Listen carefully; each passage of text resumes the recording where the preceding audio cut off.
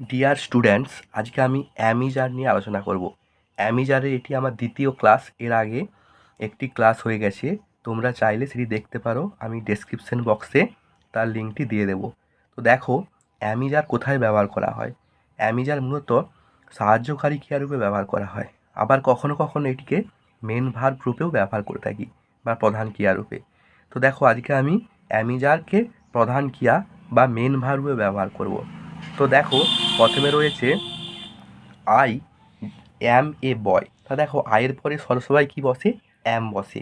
I am এ বয়, আমি হই একজন বালক। তাহলে যেটা তোমার মনে রাখবে, আয়ের পরে বর্তমানকালে সর্বদাই অ্যাম বসে। তারপর রয়েছে দেখো হি ড্যাশ এ বয়। তা দেখো, হি ইজ এ বয়। তাহলে এখানে ইজ কেন বসবে?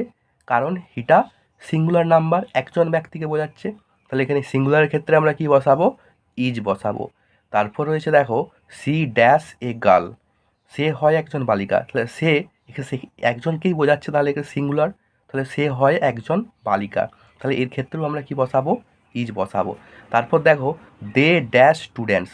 তাহলে দেখো they dash student, they are students. দের ক্ষেত্রে আমরা কেন আর বসাবো? দে মানে তাহারা। তাহলে একের সাবজেক্ট একের বেশি বোঝাচ্ছে, এই ক্ষেত্রে আমরা কি বসাবো? আর বসাবো। তাহলে দে আর স্টুডেন্টস, তাহারা হয় ছাত্র। তারপর দেখো উই আর প্লেয়ার্স, আমরা হই খেলোয়াড়। দেখো উই আর প্লেয়ার্স, আমরা হই খেলোয়াড়। তাহলে আমরা এখানে একের বেশি বোঝাচ্ছে সাবজেক্ট। তাহলে একের বেশি সাবজেক্ট বোঝালে আমরা কী ব্যবহার করব? আর ব্যবহার করব।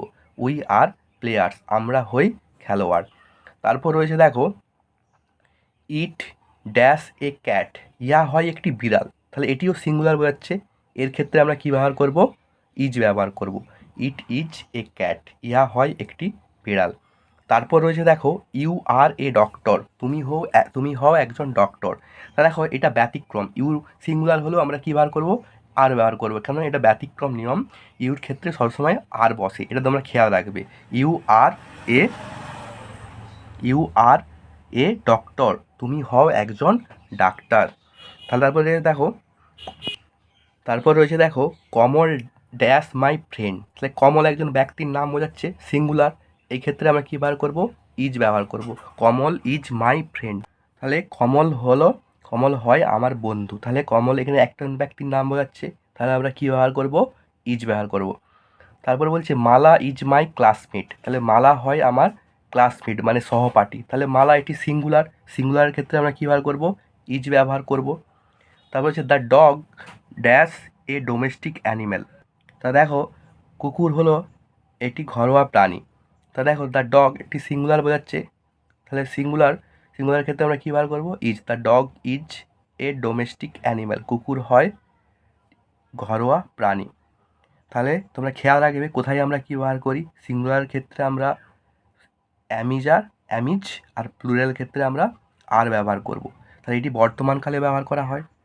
তাহলে বর্তমানকালে আমরা অ্যামিজার কখনো কখনো সাহায্যকারী ক্রিয়া রূপে ব্যবহার করি, আবার কখনো কখনো আমরা মেন ভার্ব রূপেও ব্যবহার করে থাকি। তো তোমরা সিঙ্গুলার ক্ষেত্রে অ্যামিজার ব্যবহার করবে, আর প্লুরাল ক্ষেত্রে আর ব্যবহার করবে।